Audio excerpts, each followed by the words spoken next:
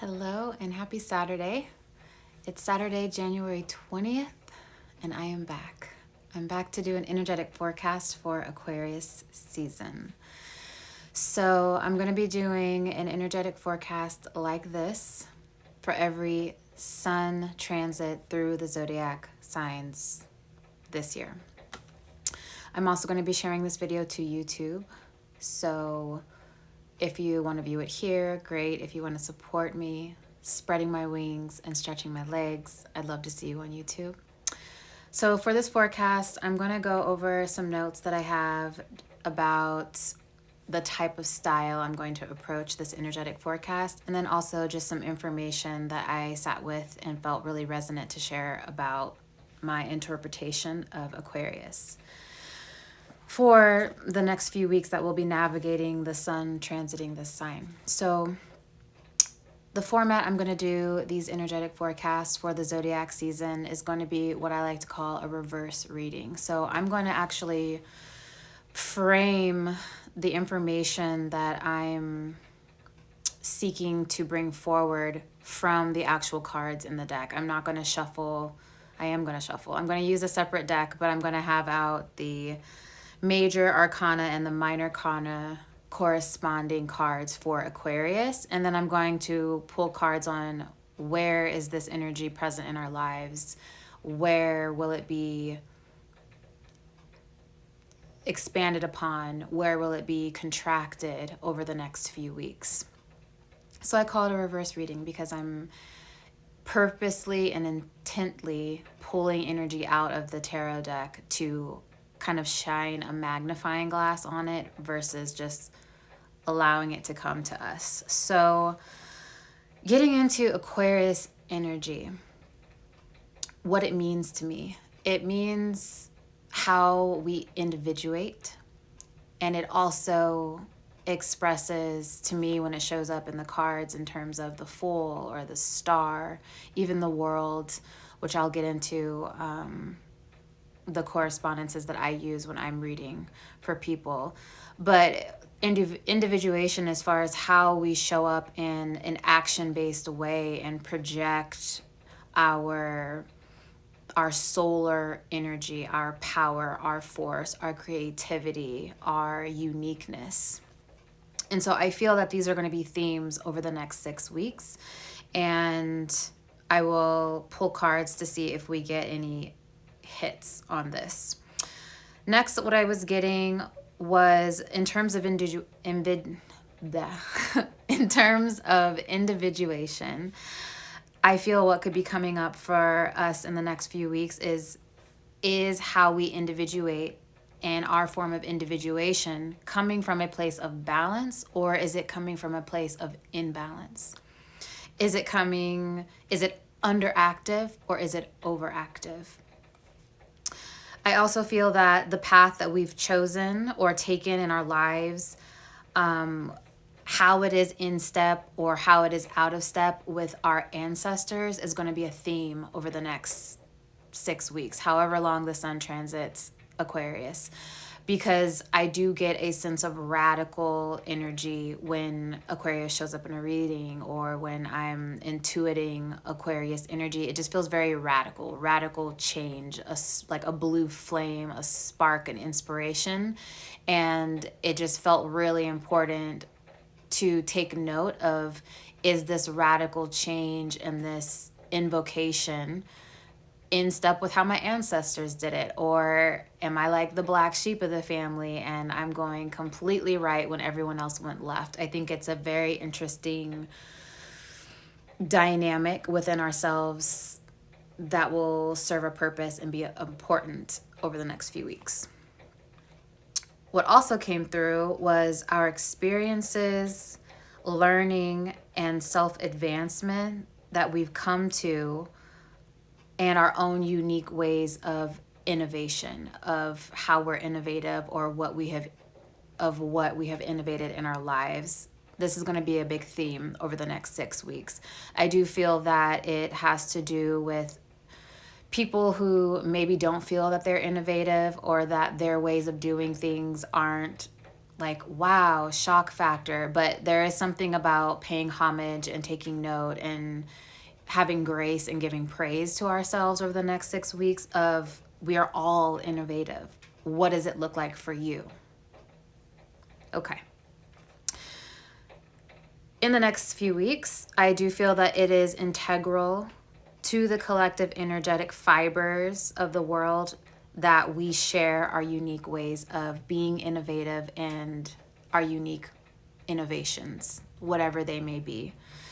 It is integral to the collective energetic fibers. And what I was seeing when I was writing that was almost like whatever impact your innovation has is so necessary. Like the fibers of the collective energy is like a spider web, and you're over here, this little plant, and if you didn't decide to grow that way at that angle, the fibers of that web would not have been pulled in such a way and caused a ripple effect on the whole web, on the other plants, the other structures that the web is attached to. So regardless of if your innovation is a push or a pull, it is necessary. It is so necessary.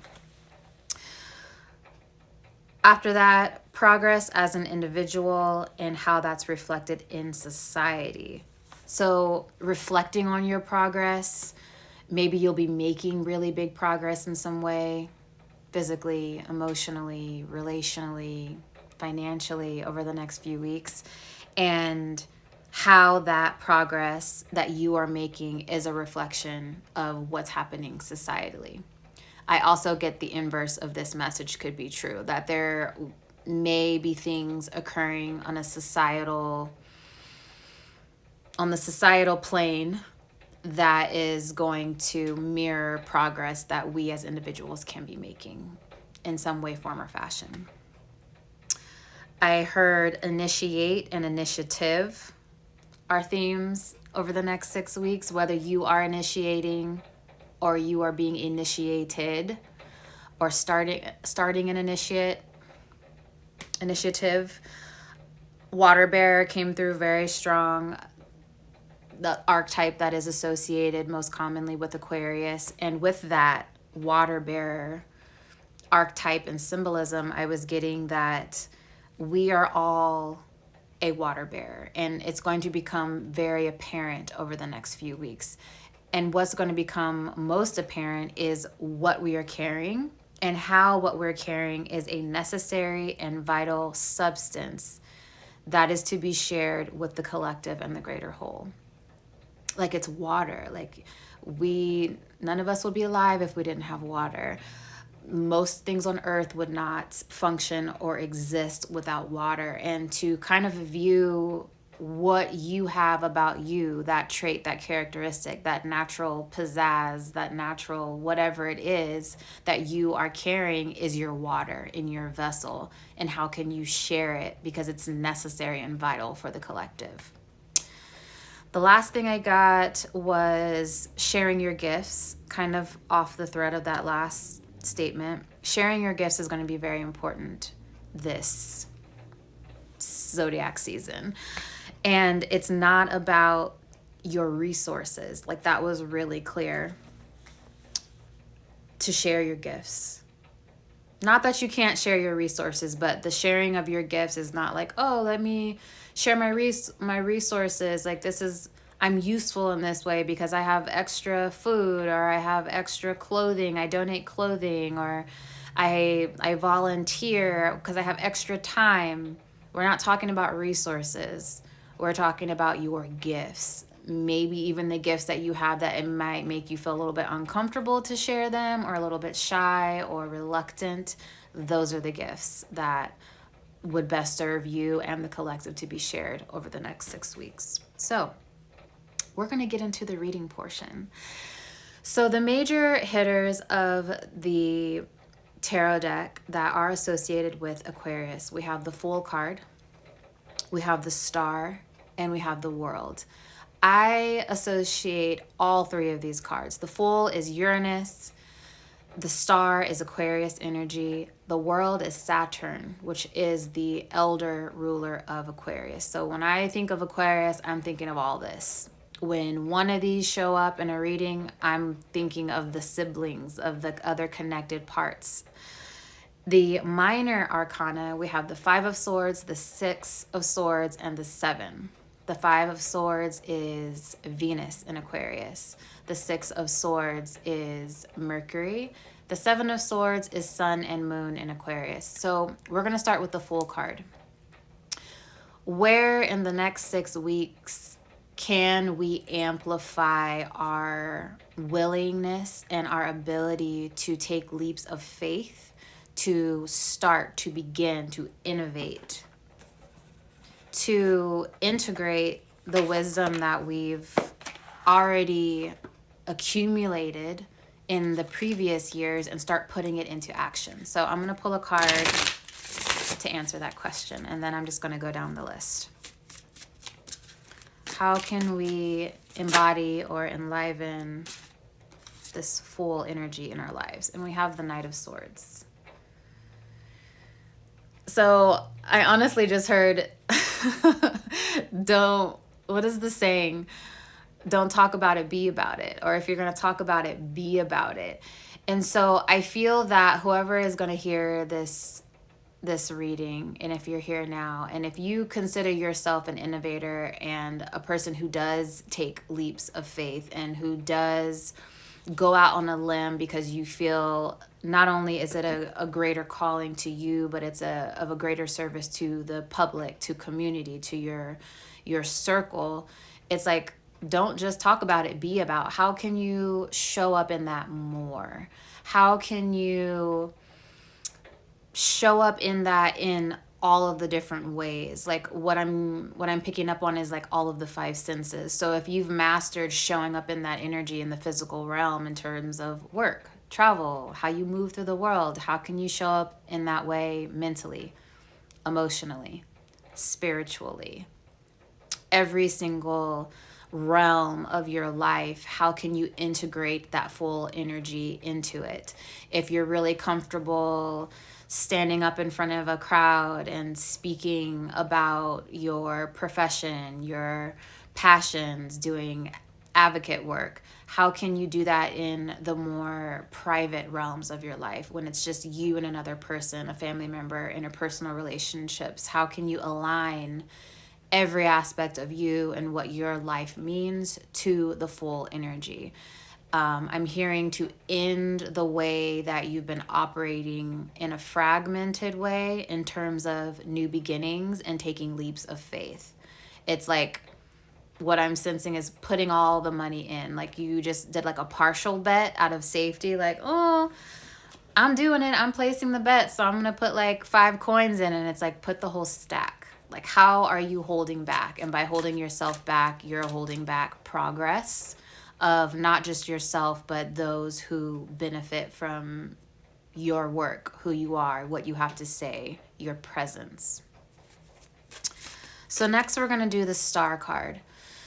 The Star card is deep healing, but it's also healing in a way that is informed by everything you've been through. Deep healing and awareness of yourself and tools that you have at your disposal for renewal, all in conjunction with the wisdom of what you've survived and lived and learned in your life. So what do we need to know about this energy, the Star energy, for this Aquarius season?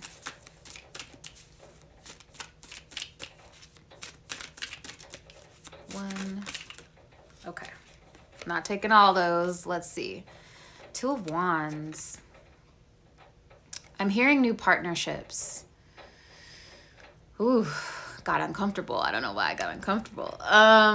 Forging new partnerships, being open to new partnerships. I'm also hearing business contracts, new ways of being in terms of your creativity and creative outlets that will allow you deep healing, that will allow you to fully integrate the wisdom that you carry from your own history. I also do get intergenerational history. Where are you not open to, or where can you lean into new partnerships, new contracts, new collaborations to help amplify your healing and your renewal? A lot of heaviness, not dense heaviness, but a lot of emphasis on the deep healing.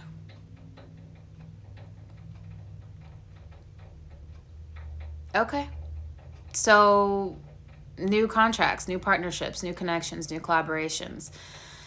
I don't get the energy of endings with the Two of Wands usually, but I do get that there is a very important ending to a connection, to a contract. Kind of feels businessy, could be relational, that is integral to make space so that you can make the connections, the collaborations with whoever is going to best serve your deep healing and your renewal.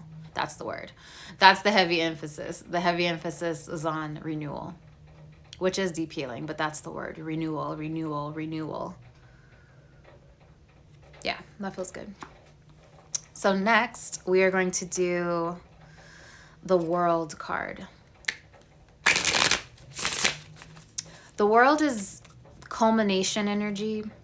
It is an ending. I just was speaking about, okay, an ending is necessary, possibly, to make space for these new contracts. So we'll see what this speaks to. This could be the ending, this card that I'm going to pull. But the World card in general speaks about culmination. So it's not just like a boom, you close the book. Let's see what we're going to read next. Pick up a new book, a new story begins. It's also like integration. Be not just that the book is ending. It's like you're reading. To me, the World card is that you're reading the last few pages of a book and all the things are just hidden. Like, oh, in chapter 1, when so-and-so was looking out the window and that butterfly went across and it landed on that stick, the stick was there all alone in chapter 3 when the stick fell over and so-and-so stepped over it and didn't realize they were stepping over. It's this big culmination and integration cellularly of everything. So yes, an ending, but I feel like it's an ending just innately, not because I'm gonna beat a dead horse here. I'm just gonna end it there. I feel like you guys get the message. So let's see what card comes out for the World. And this card could speak to what needs to be wrapped up, fully integrated, so that a new connection, contract, collaboration can happen that will support deep healing and renewal in your life. The Page of Cups. So it came out in reverse, but I'm just taking note of that energy. When I pull a card in reverse, it doesn't mean that the opposite of the meaning. It means that this energy is here and present, but it's slowed down. Maybe it's being interfered with. It's distorted in some way. The Page of Cups to me is an opportunity to be creative or more in touch with your emotions. It feels a little poetic this evening as I'm tapping into this energy. And what's interesting is thinking about it in terms of the World card, it feels like dramatic. So that could be the Page of Cups in reverse. It feels a little bit dramatic. A little bit like, woe is me. And it's like a budding artist. Okay, it's not an artist is what I'm hearing. It's not an artist. It's a budding creative outlet, a budding creative art form that is just, you're not giving it the time of day to get it up off the ground. And so what needs to end, what's building and culminating so that you can integrate information, is how you have been feeding into a narrative that is not in alignment with you being able to embody these hobbies, these endeavors, these passions, poetry, art, a vocation, learning a new skill. There is a narrative. Like, it's very doubtful is what it feels like. Can I really do that? What would people think if I did that? Oh, do I have the time? Do I have the energy? Would I have to change my diet to do that? Would I have to change my routine to do that? It sounds like excuses. And I'm not saying that to make light of those excuses, but it does just feel like it's a holding pattern in terms of thought processes that are keeping you bound and withheld from being able to fully integrate the wisdom of how whatever this is would benefit you. It's keeping you from integrating and recognizing how you are just one step away from a renewal and being able to have space and energy and vitality and connection and community and support to give to this, whatever it is, your emotional well-being, a creative outlet, a class. And so this is something that's going to be a theme this zodiac season. Okay. I started to blast a little bit on that one, so hopefully that made sense. Okay, so we did the Fool, the Star, and the World. So we're going to do the minor arcana now. So the Five of Swords, Venus and Aquarius. The Five of Swords is, there's interference.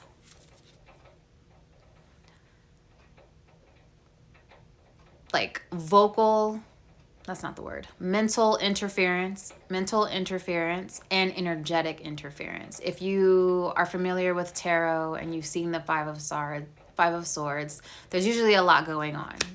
And this card representing Venus in Aquarius is very interesting because I was sitting with this energy before I started this video and I came to an understanding that I hadn't before.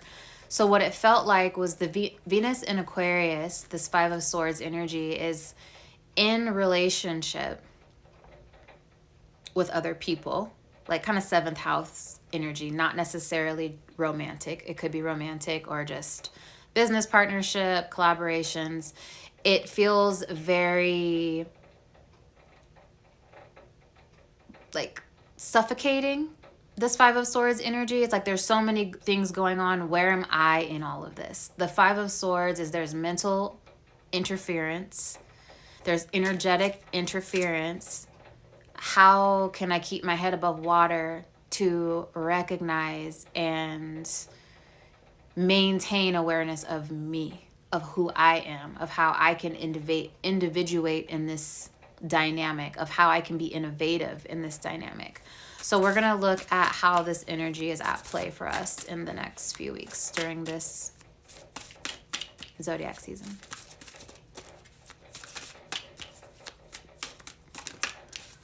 Okay, 1, 2. Ooh, that's a lot. That's too many. 2, 3. Okay. We got a peekaboo. No, not going to take that. Okay, let's keep going.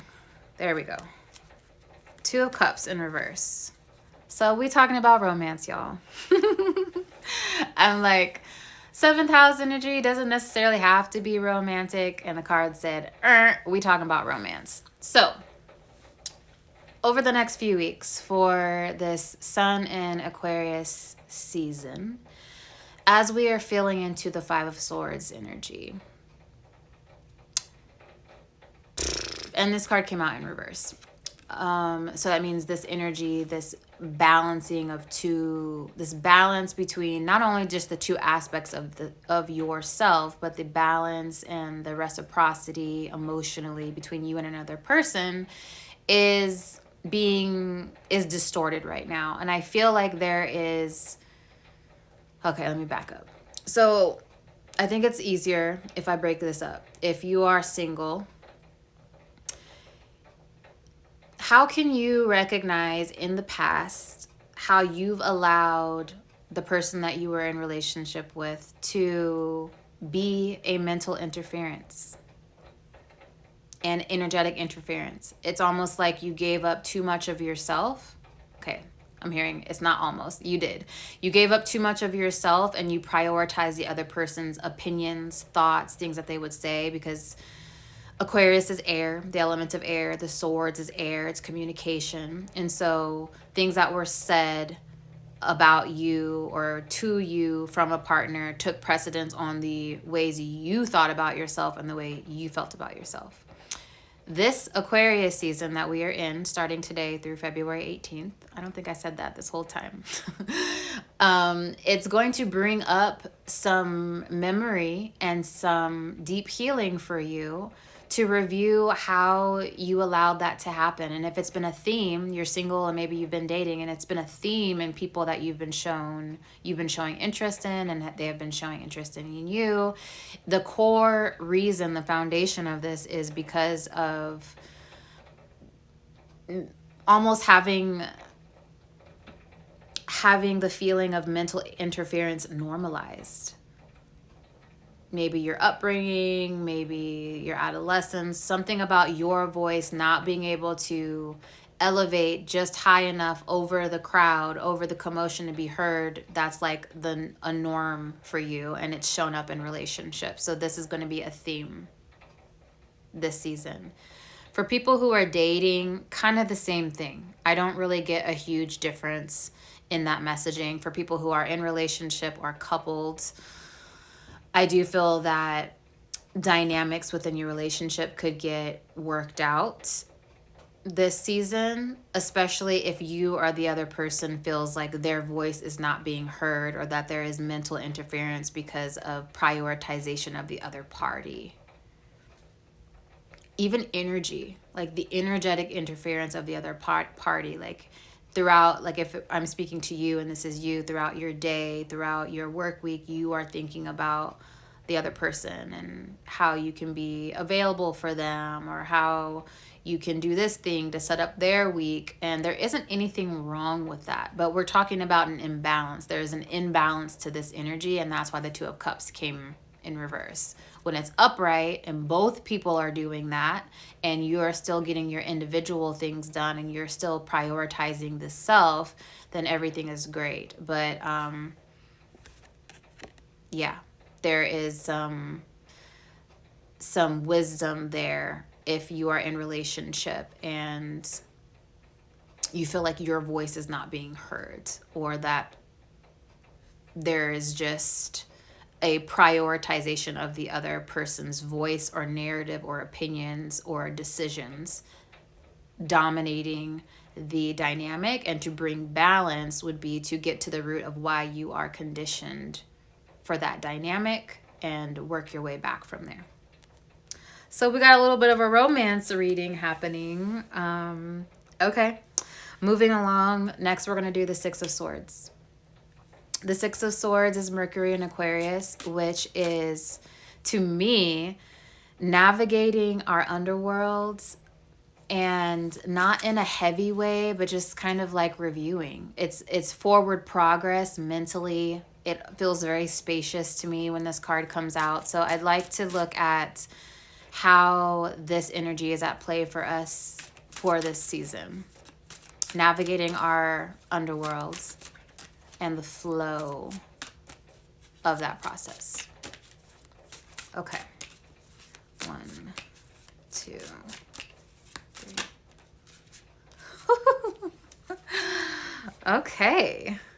We have the Devil card, which is Capricorn energy, which we just left Capricorn season yesterday. And this Saturnian energy is not done with us. So over the next few weeks, as the sun is in Aquarius season and you are navigating your depths, your underworlds, your shadowy aspects, the uncomfortable aspects of yourself, don't get caught up acting these things out again.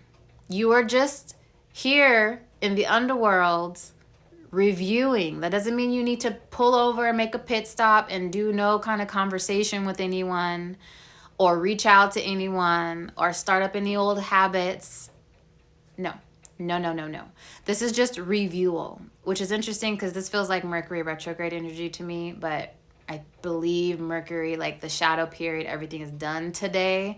So whatever this lingering regret, reviewal, rehashing things out is, I think that's fine. It will serve you well.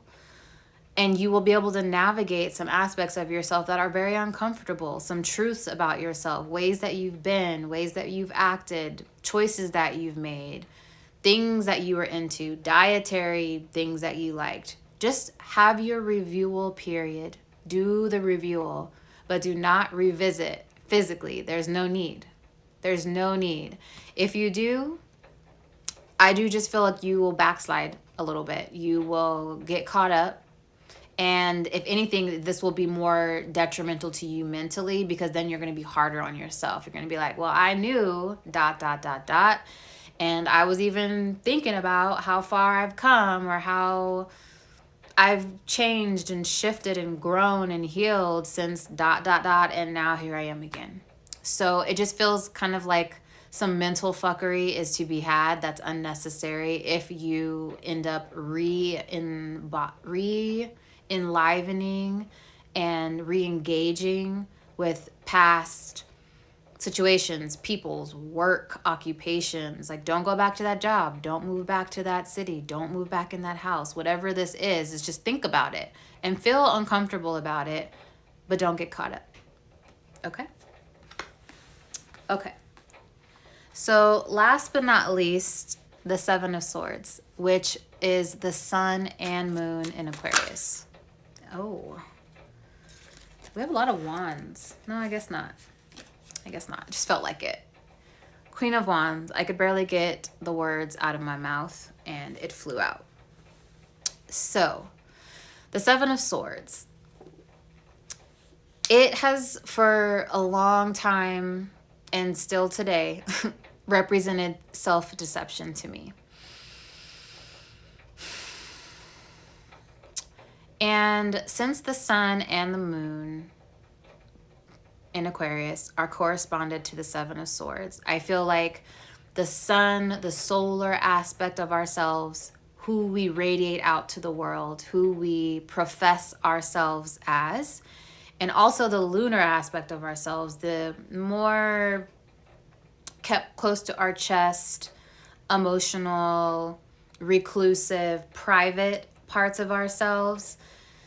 Be mindful of where you are deceiving yourself in both of those realms. Where are you deceiving yourself in how you are radiating out and showing up in the world, and also how or what you're keeping close to your chest. And the Queen of Wands is representing this, which feels really passionate, which feels really confident. And the Queen of Wands is also like the priestess of the esoteric world. And so to me,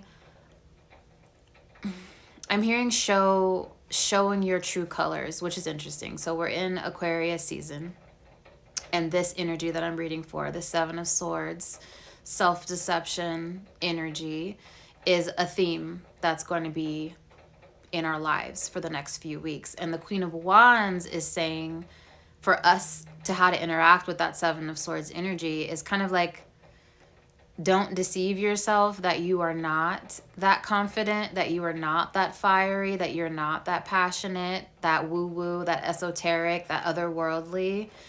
Allow it to radiate out. And for some people, which is odd, I think, that you may be radiating out that you are passionate, confident, as like otherworldly when you're not. That just seems strange. No judgment, just seems strange. And so how can you recognize the threads of self-deception in that and heal it? Also, with the more lunar aspects of ourselves this season and how we could be deceiving ourselves there. The Queen of Wands to me is almost like, it feels, how do I say this? So like in the past, so yesterday and onward, if you've had the inclination to keep your more intense emotions to yourself and not express them, whether that be sadness, grief, joy, anger, exaltation, whatever it is, from today onward, you're being invited by the Queen of Wands to let it out, to stop deceiving yourself. And this is doesn't even affect if you're going to share these emotions with anyone else. It's like you've been deceiving yourself with the level of intense emotions that you're experiencing. So write it down, talk to your therapist, scream in the forest, punch some pillows, but to stop deceiving the intensity of your emotions, I feel, and what I'm hearing is going to help alleviate some health issues. There are some health issues that are being fed by this like bottled up, stifling facade that you have with yourself about how you feel in certain situations. Like telling yourself, oh, it's fine, I feel fine, when you don't feel fine. Or, oh, like I really feel it here in my body, interesting enough. Like choking down the emotion, like wanting to say something out of joy, grief, anger, and like swallowing it. And so I feel a lot of pressure here. Generally, when I read and pick up that kind of energy in my body, it's like anxiety. But it could be high blood pressure. It could be cardiac system, or the lungs. Could even be breast health. Maybe even the spine. It like C6 to like T7 kind of spine issue, or injuries that are being exacerbated by bottling up and holding in this energy.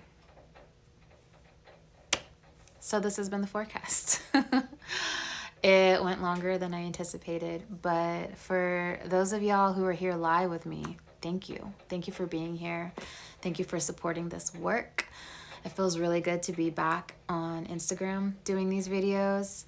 Like I said at the beginning, if you did not catch it, I will be posting this on my feed here so you can watch the entire thing if you missed parts of it. I will also be posting it on YouTube.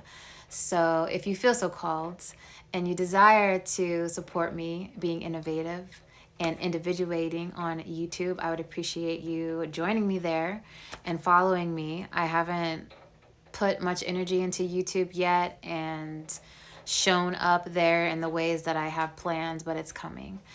So thank you again. I am sending you so much love. May this Aquarius season be good to us and gentle with us. And I will see you at the next reading.